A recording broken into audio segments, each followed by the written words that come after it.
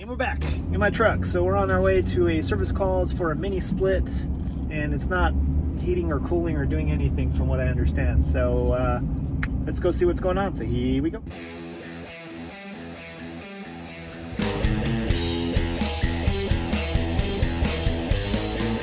right, so I'm off to find, look at this. Look how dumb this is. That's where the mini split is. Yeah, I'm glad that's not the one I'm working on. But anyway, I'm trying to find my mini split. I'm getting it's a Samsung, it's a C203, whoops, which says, well, according to a Google search, it says it's a, whatchamacallit, communication error between indoor and outdoor unit. So I'm gonna find the outdoor unit and then we'll go from there. All right, I think I found it. This is probably like the second Samsung I've worked on. Don't care for them so much, but I mean, it's just because, you know, I'm not comfortable. Well, I'm not familiar with them, but anyway, let's see if we can figure this one out. There is a pump. It looks like the safety is not connected. So sometimes they wire the safety into the communication line and that can trip it, but that doesn't seem to be the case. But the pump does look pretty dirty, so I'm going to definitely clean it, and we'll open up the head to verify, but I need to get a ladder. But I wanted to check out this outdoor unit here. I'm going to pull the disconnect, see if that resets our error. And then also I'll use that to verify this is the correct unit. And then I'm going to label it. The tenant's there, so I can't show you anything inside, but I've completely disconnected. Well, completely taken apart the indoor unit. The coil is a little plugged. There's a little bit of condensation on the line set because some of the insulation's cut. And the pump was dirty, so I cleaned the pump. But there's nothing breaking the comm lines, and this one actually isn't a 3-wire hookup. It's a 2-wire and low voltage comms. So I'm gonna take a look at this outdoor unit and see what the comm system looks like out here.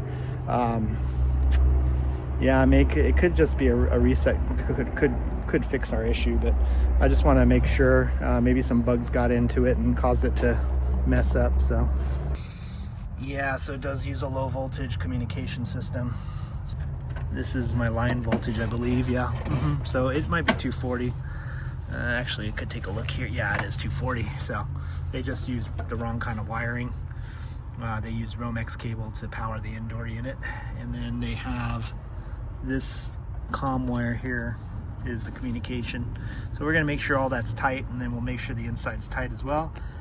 We're going to clean the unit inside because it's pretty dirty, and then we'll go ahead and reset power and verify everything's good. All right, so I got this outdoor unit taken apart. We do have some lights right here. So we have a flashing yellow, solid green, solid red. I did find the service manual. So we're getting a C203. So I've confirmed that I have a flashing yellow, a solid green, and a solid red. So that's, what do you call it? Timeout compressor, inverter microcom, main microcom. Okay, so we might have a bad compressor, we could have a bad inverter or micro communication, so basically bad board or bad inverter. It looks like it's all in one, so yeah. So we're gonna look through the service manual a little more and see if we have a breakdown. To get to this, you gotta take the top off and the front.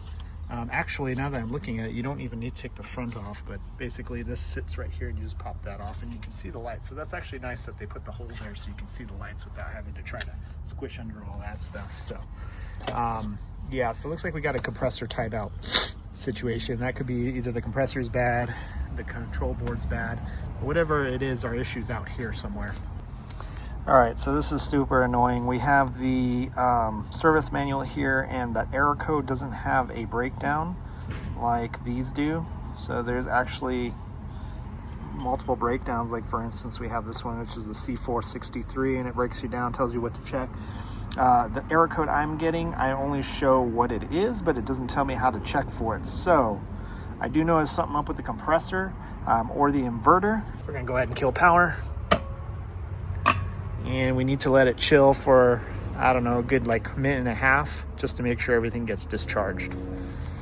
All right, so we got to get that little bolt off of there. And of course it is metric, it's an 8mm nut. So I got this put on my hair, and we just need to get her in there like so to get the cap off so we can check this compressor. Alrighty, we're gonna check out. So this is basically, we checked this as a 3-phase. We should have an ohm rating of about the same each time. Alright, so I'm checking the windings on the compressor. Need 2 hands for this, so that's 1 and 2. Alright, 1.76. We should have 1 and 3 now. And it should be about the same, yep. And 2 and 3.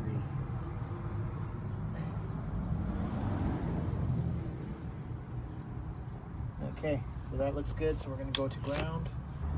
Alright, that's number 1 to ground, number 2 to ground, and number 3 to ground. So we are good. The compressor is in good shape. So I would assume that it is our inverter. So we're going to recommend the board. I'm going to talk to, tech support first, if I can get through to them. Of course, I won't get through to them today, but we're going to try to talk to them before we change out boards. So it does have pressure in it, so I don't think that's the issue. I don't know if it's got enough charge. The only way is to weigh it. How much refrigerant does this sucker hold? It holds 40.6 ounces. I don't know if the charge is right. I can't get the thing to start. So windings tested out fine. Nothing's grounded.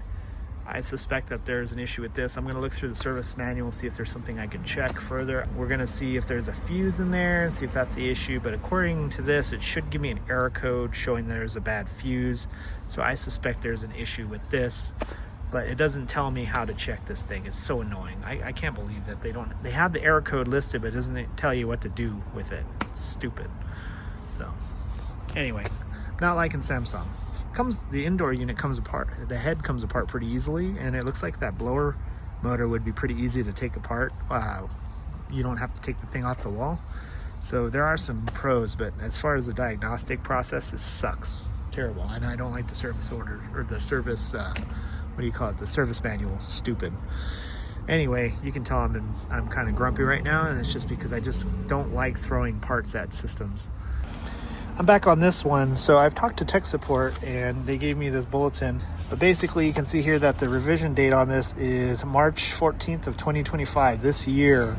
So it looks like they've been having an issue, but basically, if you're getting a EP245 or a C203, this is the issue.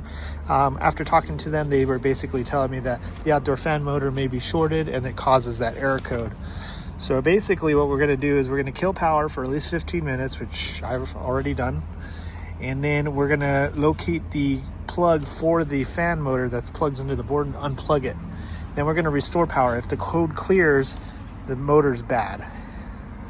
And if it doesn't clear, then we need to diagnose a little more.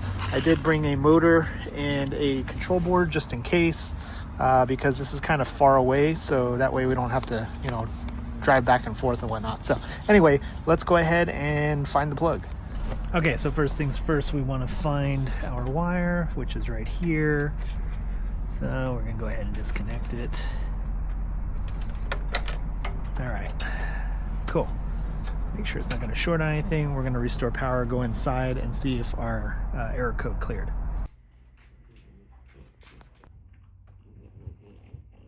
Now, as you saw, it did clear the code initially, but then once I turned it on, it gave it to me again. So, okay, so according to this, if it does return, we want to power the unit off, disconnect the wiring harness between the inverter and main PCB, check for continuity between the inverter and main PCB. If continuity is not present, replace harness. If continuity is present, replace the PCB, inverter, and main.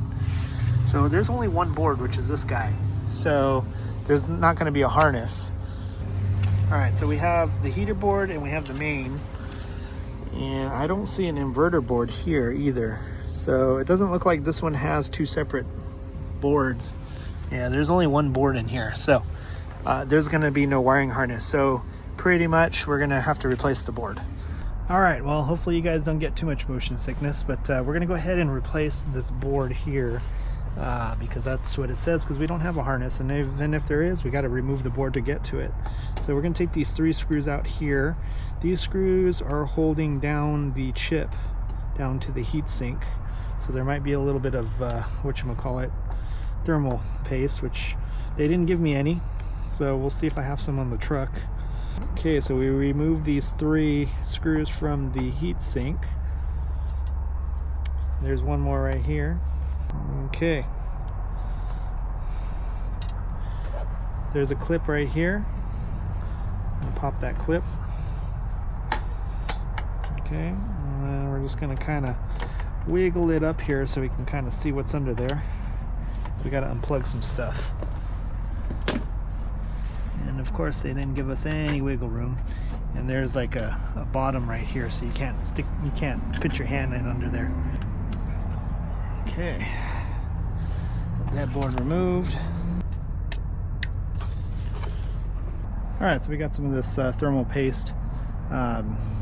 Anytime I order a board, I always ask for it, and most of the time they don't know what you're talking about. When they do, they will send you this stuff, and this was just stuff that I've saved, because once you get a tube of this, it pretty much lasts forever. You don't need to use a lot, just very little bit, because there's already quite a bit on there. So what we're doing is we're sticking in the center of it. We just put like a bead.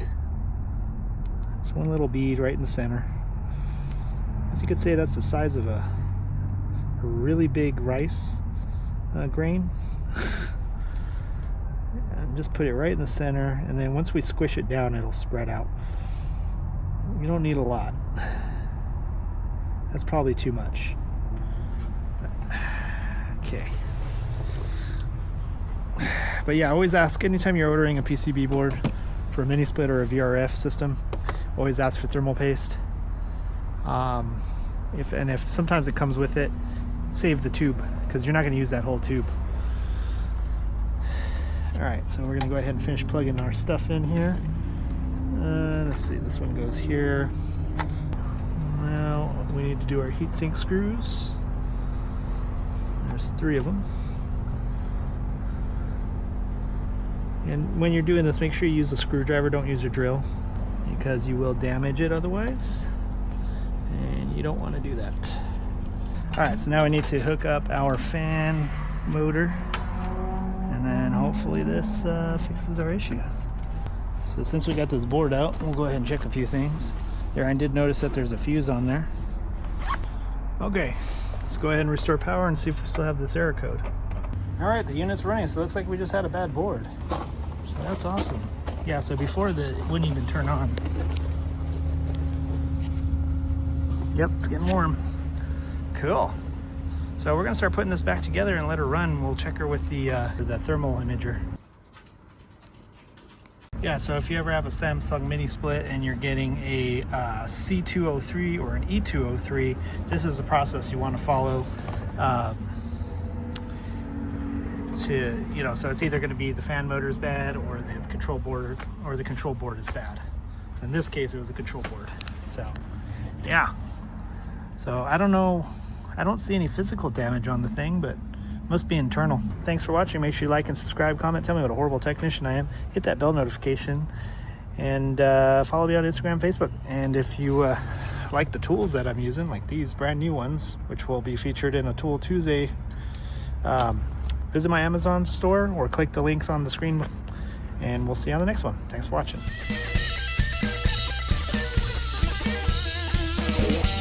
Yeah.